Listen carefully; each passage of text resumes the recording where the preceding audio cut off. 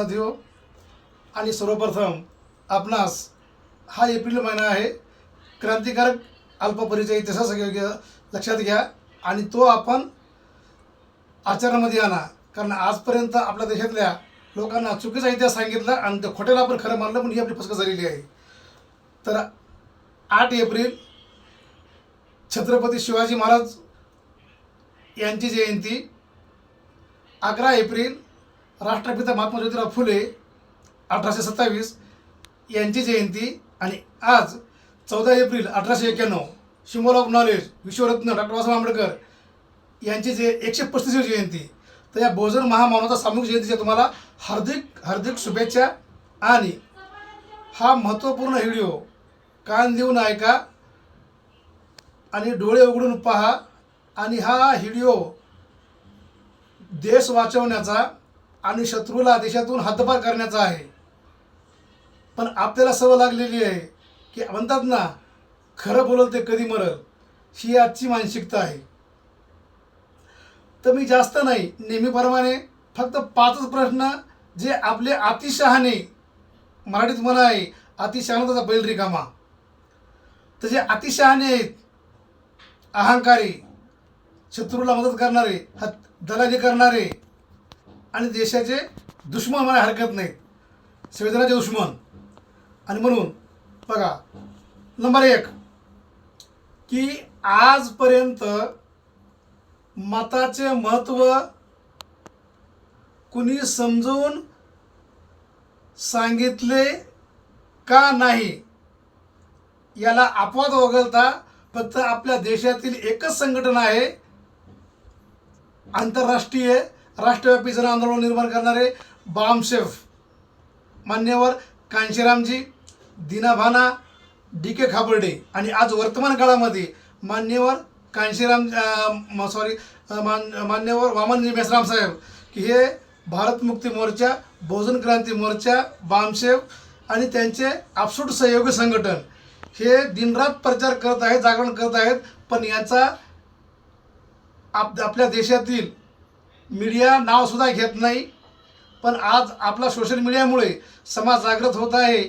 आणि त्याला एक आपल्याला समजावं म्हणून सांगतो की आज जे म्हणतात ना की हिंदू खतरे में हिंदू खतरे में आहे, त्याचं कारण एकमेव आहे की बामशेफने ही जागृती केलेली आहे लोक. आणि म्हणून या अशा वेगवेगळ्या 24 घंटे RSS असं, विश्व हिंदू परिषद, बजरंग दल, हे त्याचे संघटनं, की हे ब्राह्मणवादी संघटनं, हे वेगवेगळे आपल्या बहुजनांचं लक्ष विचलित करण्यासाठी देशभर कुठं ना कुठं वेगवेगळे षडयंत्र करत असतात. आणि आपलं मूळ मुद्द्याकडे लक्ष जाऊ नये, लोक बामशेकडे वळू नयेत, तर हे षडयंत्र आहे, हे आपण समजून घेतलं पाहिजे. दुसरा प्रश्न की बहुजन समाज म्हणजे काय.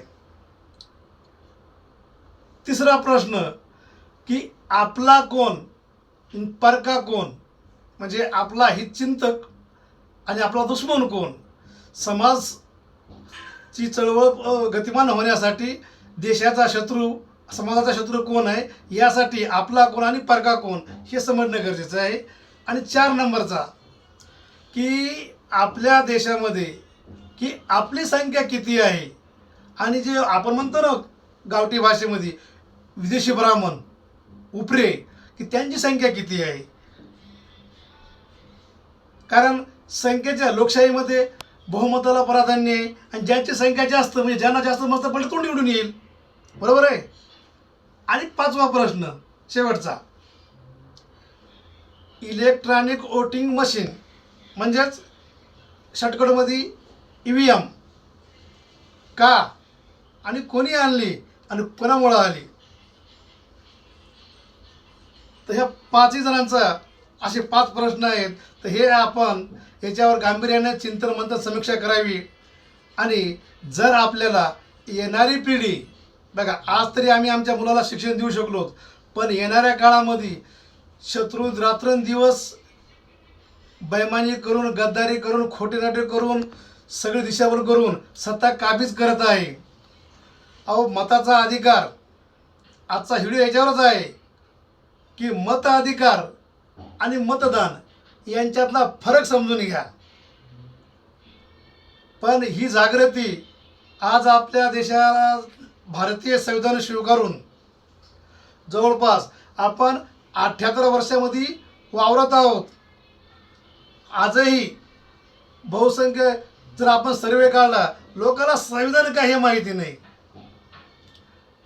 मी एक पुस्तक कुणबी समाजाची दशा आणि दिशा याच्यामध्ये रेफरन्स आहे की त्याच्यामध्ये फक्त देशामध्ये 35% लोकांना संविधान माहिती आहे. ती 2009ला पुस्तक मी भीमाकोरे या ठिकाणी घेतलं, त्याच्यामध्ये आहे. म्हणजे 65% लोकांना संविधानच माहिती नाही. किती शोकांतिक आहे. याला जिम्मेदार कोण आहे? तुम्ही आम्ही आहोत, जे शिकले सवरले आहेत. आढळला दोष देण्यामध्ये काही अर्थ नाही. आणि एक आपल्या माहितीसाठी सांगतो की बघा, मत अधिकार आणि मतदान ह्या विषयावरच बोलणार आहे. कारण मत अधिकार म्हणजे आपल्या देशाचं, आपल्या समाजाचं, आपल्या परिवाराचं, कुटुंबाचं, राज्याचं, तालुक्याचं, जिल्ह्याचं सत्यानाश करायचा का विकास करायचा, तो अधिकार आहे, ती पॉवर आहे. म्हणून आपल्या निवडणुकीच्या काळामध्ये पूर्वी म्हणायचे, मतदार राजा जागा हो, परिवर्तनाचा धागा हो. परिवर्तन कोणाचं झालं? खोट्या थापा ते मारणाऱ्याचं, मत विकत घेणाऱ्याचं. म्हणून गाडगेबाबांनी सांगितलं, महात्मा फुलेंनी सांगितलं की आपल्या देशाचे शत्रू भटजी शेठजी. पण आजही आपल्या बहुजन समाजाच्या डोक्यामध्ये विचार करत नाहीत. ते भूलथापाला बळी पडले आणि आज फसवणूक होत आहे. ही त्यांची फसवणूक होती, त्या लक्ष येतच नाही. म्हणून ते ब्राह्मणवादाचे शिकार झालेले आहेत, त्यांच्या जाळ्यामध्ये फसलेले आहेत. दुसरा की बहुजन समाज म्हणजे काय, तर ज्या व्यवस्थेने आपल्या देशामध्ये, जगात कुठेही जा तुम्ही, तुम्हाला जाती माणसामध्ये बघायला मिळणार नाहीत. ते काळा गोळा आपण समजू शकतो, पण जगातला एकमेव आपला भारत देश आहे की या ठिकाणी विदेशी ब्राह्मणांनी जाती व्यवस्था निर्माण केली, धर्मव्यवस्था निर्माण केली, सगळे अधिकार त्यांना ठेवले. आणि आपण या देशाचे मूळ मालक. आता ही विज्ञानाने DNA सिद्ध केलेलं आहे. आणि म्हणून त्यांनी 6646 जातीमध्ये एवढं डिवायडेशन म्हणजे विभागलं की हे कधी जिवंतपणे एकत्र येऊच नयेत, पण हे मेल्यावर एकत्र येऊ नयेत. म्हणून यांचे मसनवटे वेगळे. काय, यांना मतदान चालतो, मंदिरातला दान दक्षिणा चालतो, पण मिरतरी एकत्र येऊ नयेत, अशी यांनी डोक्यामध्ये आपल्याला ती घाण भरलेली आहे. आणि या घाणीमुळं मी याच्या अगोदरच्या व्हिडिओ सांगितलं की आपल्या देशाचा जर सत्यानाश झाला असेल तर या जातीमुळं आणि धर्मामुळं. बरोबर आहे. तर म्हणून बहुजन समाज, तर बऱ्याच लोकांना वाटतं की बहुजन समाज पूर्वीचे महान आजचे जे बुद्ध धम्म स्वीकारलाय तेच बहुजन, पण तो चुकीचा अर्थ आहे. वास्तव सत्य हे आहे की बहुजन म्हणजे की आपल्या देशामध्ये हिंदू, जे हिंदू नाहीतच ते मुळात ते ब्राह्मण आहेत, युरोशियन ब्राह्मण धर्म आहे. पण जसे की मुस्लिम समाज, शीख समाज, पारसी समाज, जैन समाज, तसं असेच अनेक समाज आहेत. आणि अनेक समाज असल्यामुळं त्याला आपण बहुजन समाज असं म्हटलं जातं. आणि म्हणून की भारतीय संविधानाच्या भाषेमध्ये बघा, भारतीय संविधानाची शुद्ध मराठीमध्ये काय व्याख्या केलेली आहे समाजाची, अनुसूचित जाती जमाती, शॉर्टकटमध्ये SC समाज, आणि शेड्यूल कास्ट, SC ST, मागास प्रवर्ग, सर्वसाधारण मागास वर्ग, OBC आणि अपर, म्हणजे जे स्वतःला श्रेष्ठ समजणारे. आता हे विचार करा, श्रेष्ठ कोणाला म्हणावं, जे कष्ट करून खातो त्याला श्रेष्ठ म्हणता येईल, महान म्हणता येईल. जसं की बाबासाहेबांनी आपल्या देशाला संविधान दिलं, त्यांना महान म्हणता येईल. पण जे कष्ट न करता खाणारा, आईत खाऊ, उपरी आलेला बाहेरून, आम्हाला ते फसवून आमचा दिशाभूल करतो, फसवितो, लुटतो, दिवसा ढवळ्या, लेकरं काढायचे आम्हाला, लेकरं काढायचे आपण आपल्या माणसांनी, आणि नाव विचारायचं त्याला, आणि ते पैसे नाव फुकट सांगत नाही, पैसे घेऊन सांगतो, आणि तो श्रेष्ठ. हे आपला समाज साधा बोळा आहे, त्यांना हे माहिती नाही याच्यातलं. हा विचार विज्ञान म्हणजे ज्ञानापासून, शिक्षणापासून वंचित ठेवलं 1000 वर्षे ते. बरोबर आहे. आता आपला कोण आणि परका कोण, तर ही आपला कोण परका कोण हे बामशेपनं आपल्या मूळ निवासी बहुजन समाजाला, जे SC ST OBC यातले जे कर्मचारी संघटनेच्या माध्यमातून शिकून सवरून, बघा आपल्या देशाचं संविधान 26 जानेवारी 1950ला अंमलात आलं. आणि तेव्हापासून ज्या काही शासकीय नोकऱ्या निघाल्या, खाजगी असतील, जिथे तिथं आपले शिकले सवरलेले माणसं आहेत, मग ते SC ST OBC मधले असतील, ते लागले. आणि त्यांना नोकरी देवामुळे लागलेली नाही आहे, तर त्यांना भारतीय संविधानामध्ये ती योग्यता आहे म्हणून त्यांना तो जॉब समाजाच्या नावात मिळालेला आहे. आणि म्हणून की आपला कोण आणि परका कोण ही ओळख करून देण्याचं काम बामशेब राष्ट्रीय परिवर्तन मोर्चा, बहुजन क्रांती मोर्चा, भारत मुक्ती मोर्चा हे समाजाला जागृत करायचं काम करतं. यांचं शत्रू मीडिया नाव सुद्धा घेत नाही. आणि राहिल्याची लोकसंख्या, आता आपल्या भारतीय संविधानामध्ये लोकशाहीमध्ये ज्यांची लोकसंख्या जास्त आहे तो निवडून येईल. आता साधा प्रश्न आहे की जे उपरे लोक आहेत, जे बाहेरून लोक आलेले आहेत, ते त्यांची 3.5% लोकसंख्या आणि आपण मूळ निवासी म्हणजे आपली SC ST OBC हा 90%पेक्षा जास्त समाज आहे. मग विचार करा की 90% लोकांची संख्याची सत्ता असायला पाहिजे का जे बाहेरून उपरे आलेले आहेत विदेशी ब्राह्मण त्यांचे असायला पाहिजे. कोणाला जर म्हणलं तर एवढं माणूस सांगू शकेल की उपरे कधीच शासनकर्ते बनवू शकत नाहीत, कारण ते अल्प आहेत आणि अल्पमत म्हणजे कमी मताचं आहे. आणि म्हणून जास्त संख्या जर आपली बहुजन समाज हा बहुसंख्येने आहे याच्या आधारावर तर बाबासाहेब म्हणले जा आणि आपल्या घराच्या भिंतीवर लिहून ठेवा की तुम्हाला या देशाची शासनकर्ती जमात बनायचं आहे. आणि बाबासाहेबच्या जीवनातलं एक तुम्हाला मी अतिशय आनंदाचं एक सुखद घटना की बहुजनाला आपला विश्वास आला पाहिजे, कारण आपल्या बहुजन समाजाला पुरावा सांगायला लागतो तेव्हा कुठं ते त्याचा मेंदू तर्कवितर्क आणि हे करू शकतो. की एके दिवशी संशोधनाच्या प्रांगणामध्ये बाबासाहेब बाहेर पडले आणि हसरा चेहरा होता की त्यांना एका डोळ्यामध्ये अश्रू बंद पडला आणि एका डोळ्यामध्ये दुःख, पण तरी ते सगळं कंट्रोल करून स्वतःला त्यांनी न डगमगता स्वतःला सावरलं आणि हसत हसत बाहेर आले. आणि JP कृपलानी त्यांनी बाबासाहेबांना विचारलं की मिस्टर आंबेडकर आज तुम्ही फार खुश दिसत आहात. तर बाबासाहेब म्हणले हो कृपलानी की आज माझ्या बहुजन समाजाला हजारो वर्षापासून तुम्ही त्यांचा छळ केला, पिळवणूक केली, अन्याय अत्याचार केले, पण आज मी माझ्या समाजाला न्याय देण्यामध्ये यशस्वी झालो आणि मी ती लढाई जिंकलेली आहे. म्हणजे ते कसं काय की म्हणले की माझा समाज सर्व शिक्षणापासून वंचित, सर्व सुविधापासून वंचित होता, पण आज मी माझ्या समाजाला राजा होण्याचा अधिकार दिलेला आहे. मग कर्नल म्हणले मिस्टर आंबेडकर यात काही तुमचं हसू जास्त दिवस टिकणार नाही. अहो तुमचा भोळा समाज यांना लिहिता येत नाही, वाचता येत नाही, त्यांना तर काय आम्ही लालच देऊन खरेदी विक्री करून मी त्यांचं मत विकत घेऊत म्हणले. हा कृपलानी हा ते मला माहिती आहे की माझा समाज साधा भोळा आहे, त्याला कळणार नाही. पण एक लक्षात घ्या कृपलानी की ज्या दिवशी माझ्या समाजाला या मताची किंमत कळेल ना तर तुमच्या एवढा या जगात कुणी भिकारी नसेल. तर बांधवांनो हेच काम पुढं मान्यवर कांशीरामजीनं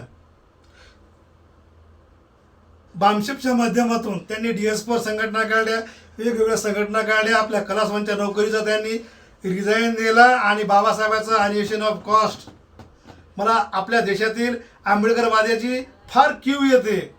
अरे एवढे पुस्तकं दरवर्षी ठिकठिकाणी नागपूरला जात असतील, मुंबईला जात असतील, भीमा कोरेगावला जात असतील, त्या बाबासाहेब ज्या ज्या ठिकाणी गेले त्या भूमीवर लाखोचा जनसागर जातो, कोट्यवधी रुपयाची ग्रंथ खरेदी करतो, पण एवढे पुस्तकं वाचूनही समाजाचा रिझल्ट 0 का येतो, चवळं अपेक्षे का ठरते हे मला समजत नाही. आणि मान्यवर कांशीरामजी साहेब एक अन्वेषण ऑफ कॉस्ट नावाचं पुस्तक वाचून त्यांनी संकल्प केला की मी आयुष्यामध्ये मी परिवार बनवणार नाही, लग्न करणार नाही, माझं संपूर्ण जीवन माझ्या कुटुंबाला जागृत करण्यासाठी आयुष्य खर्च करील. आणि त्यांनी ते फुलेशाह आंबेडकरी विचारधारा की जे आपल्या महाराष्ट्रात होऊ शकत नाही म्हणणारे, त्यांनी भारतातलं सगळ्यात मोठं राज्य उत्तर प्रदेश त्या ठिकाणी रात्रंदिवस समाज जागरूक केला, सायकलवर सुरुवात केली. आणि जे बाबासाहेबांनी मूळ भंडारा जिल्ह्यामध्ये लोकसभेच्या निवडणुका पोटनिवडणुकीमध्ये हाती चिन्हावर लढवली आणि तोच हाती घेऊन उत्तर प्रदेशामध्ये 4दा सत्ता आणली स्वतःच्या बळावरती, आणि हे होऊ शकतं हे जगाला दाखवून दिलं. आणि म्हणून बांधवांनो त्या ठिकाणी आता राहिला विषय हा 5वा प्रश्न की EM का आणली आणि कुणामुळे आली.